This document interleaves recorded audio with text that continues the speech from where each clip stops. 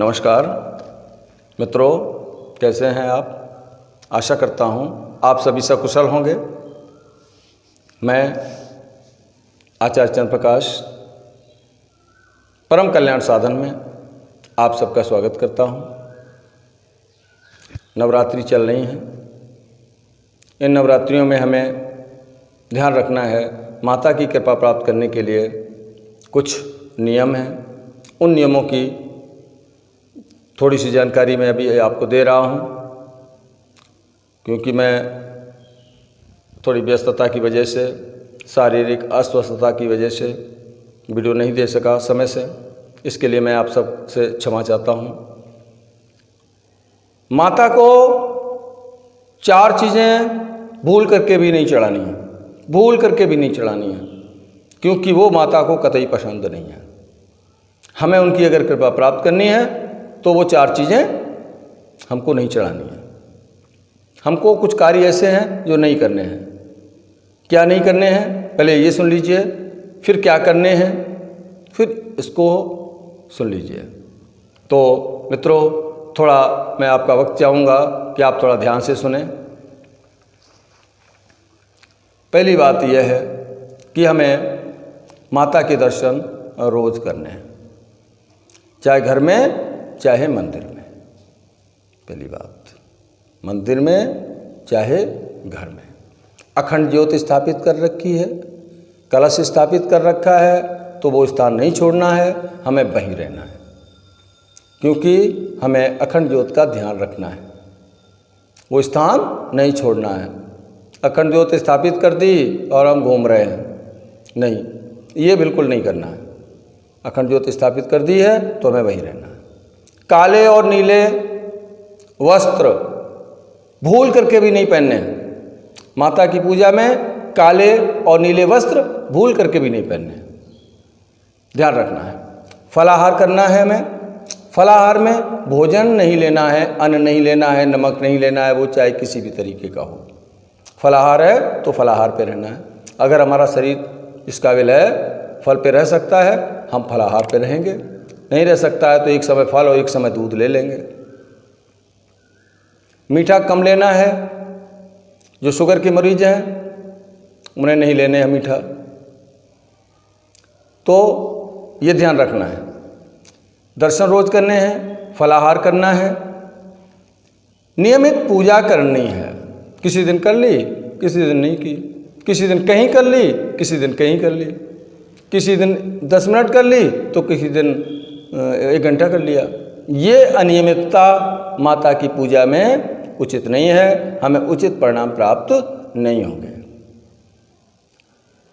क्योंकि जिस स्थान पर हम कोई कार्य करते हैं तो वहाँ करते हैं, हमारा मन वहीं लगने लगता है। तो हमें नियमित स्थान पर, नियमित समय पर, यानी एक ही समय पर, एक ही स्थान पर, जहाँ तक हो सके एक ही स्थान पर और निश्चित संख्या में अगर जब करते हैं तो निश्चित संख्या में, पहले दिन जितना निश्चित कर लिया ना उतना ही करना है, फिर उससे कम नहीं करना है, बढ़ा सकते हैं। इस तरीके से हमें रोज़ पूजा करनी है, गैप नहीं देना है।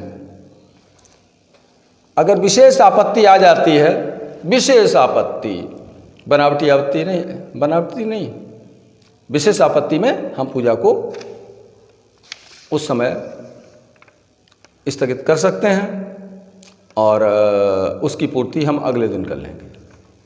ठीक है। माता को रोज स्वच्छ जल अर्पित करना है। स्वच्छ जल रोज देना है, रोज। इस बात का ध्यान रखना है। नंगे पांव, घर में रहते हैं तो हमें नंगे पांव अधिक रहना है। बाहर जाते हैं तो चमड़े की जूते या जूती यानी पादुका का इस्तेमाल नहीं करना है, त्याग देना है। चमड़े का त्याग कर देना है। ब्रह्मचर्य का पालन करना है। तख्त या जमीन पर सोना है।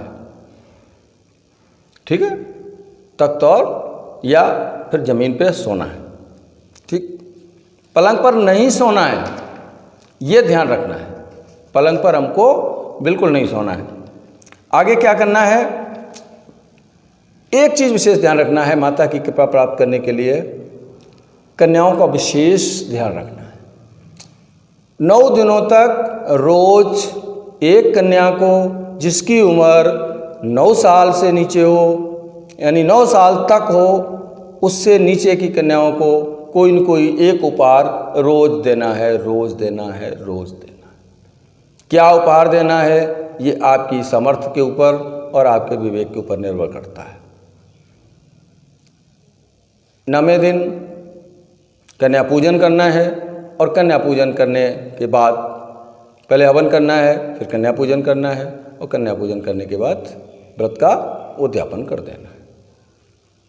ठीक। अब हम क्या नहीं करें, ये तो करने वाली बात बताई थी।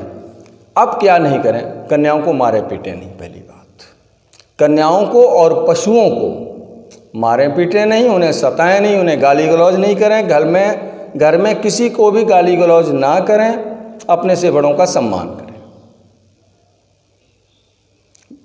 ठीक। व्यवहार हमारा मृदुल होना चाहिए। कैसा व्यवहार होना चाहिए? मृदुल व्यवहार होना चाहिए। इन 9 दिनों तक दाढ़ी और सर के बाल बिल्कुल नहीं कटाने हैं, बिल्कुल नहीं कटाने हैं। दाढ़ी और सर के बाल नहीं कटाने हैं। काले और नीले वस्त्र बिल्कुल नहीं पहनने हैं।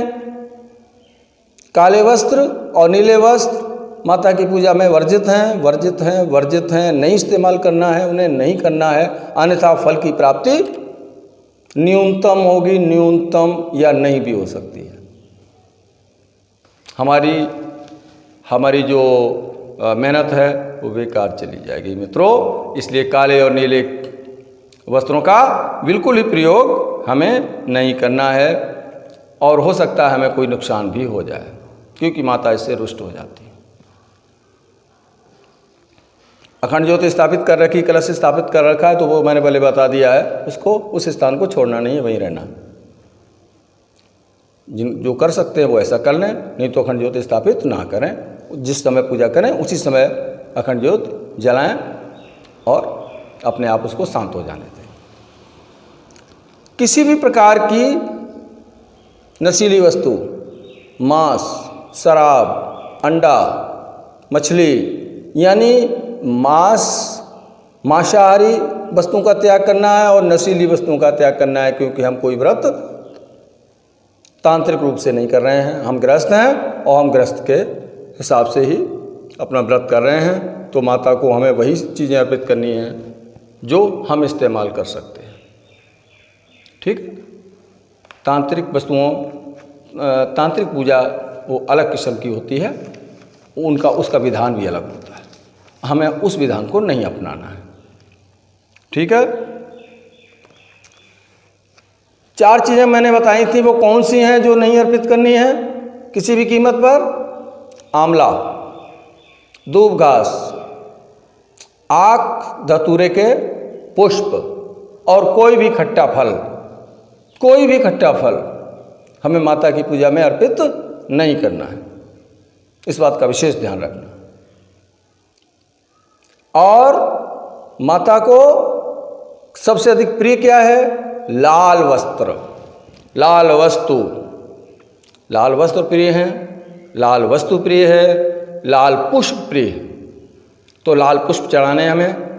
अब बैठना है तो बैठने वाला आसन भी लाल होना चाहिए। लाल कंबल का हो, रेशमी वस्त्र का हो तो वो भी लाल हो। तो लाल आसन और लाल पुष्प चढ़ाने हैं और लौंग अवश्य चढ़ानी है।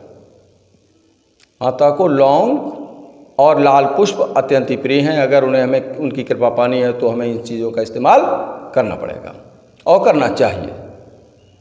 समय कर रहे हैं खर्च, श्रम कर रहे हैं खर्च, साधन कर रहे हैं खर्च, तो विधि में क्यों ढील दें हम, जिससे हमारे फल की प्राप्ति में अड़चन आए, तो वो हमें नहीं देना है। ठीक है ना। तो इस चीज़ का ध्यान रखना है।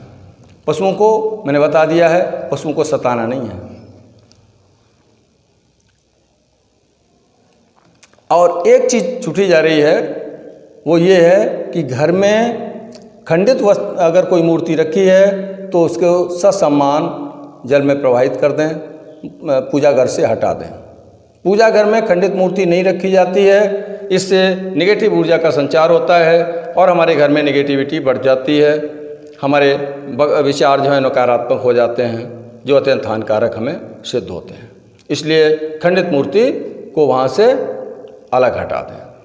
और जिस समय हम व्रत कर रहे हैं, माता की सिर्फ एक मूर्ति हो जिसकी पूजा होनी है। एक से अधिक मूर्तियाँ उस समय नहीं रखनी है, और मैं तो कहूँगा कि एक ही मूर्ति रखें, जिससे सारा ध्यान उसी मूर्ति पर केंद्रित रहे और हमारे ध्यान की जो गति है वो तीव्र से तीव्र हो जाए, क्योंकि फायदा तो हमको ध्यान ही करेगा। ये मूर्तियाँ ध्यान के लिए तो बनाई गई हैं, तो खंडित मूर्ति का ध्यान भी नहीं हो सकता, हो ही नहीं सकता। तो इसलिए खंडित मूर्ति को हटा दें और घर में एक ही माता की मूर्ति रखें, उसी की पूजा करें, अनेक की चीज़ नहीं। उसके बाद प्याज और लहसुन छूट गया था, प्याज और लहसुन का प्रयोग भी नहीं करना है, किसी कीमत पर प्याज और लहसुन का प्रयोग नहीं करना है। ये थे कुछ करने योग्य बातें, कुछ न करने योग्य बातें, जिससे माता की पूजा में हम सफल हों, माता की कृपा हमें प्राप्त हो जाए। हमारे जो भी मनोकामना को लेकर के हम पूजा कर रहे हैं या निष्काम पूजा कर रहे हैं, हमें उसमें लाभ हो, तो हम इन चीज़ों को फॉलो करेंगे। मैं आशा करता हूँ कि आप लोग इन चीज़ों पर ध्यान देना। वीडियो अच्छा लगा हो, लोगों को शेयर कर देना और ख़ुद लाइक करना, लोगों को शेयर करना, और चैनल पर अगर पहली बार आए हैं तो इसको सब्सक्राइब अवश्य कर लेना, बेल आइकन को प्रेस कर देना और ऑल वाले बटन को भी प्रेस कर देना, जिससे आने वाली हर वीडियो का नोटिफिकेशन आपको मिल जाए। इन्हीं शब्दों के साथ मैं अपनी बात को विराम देता हूँ। वीडियो देखने के लिए आपका बार बार धन्यवाद देता हूँ। आप लोग अपनी पूजा में सफल हों, ये कामना करता हूँ। नमस्कार।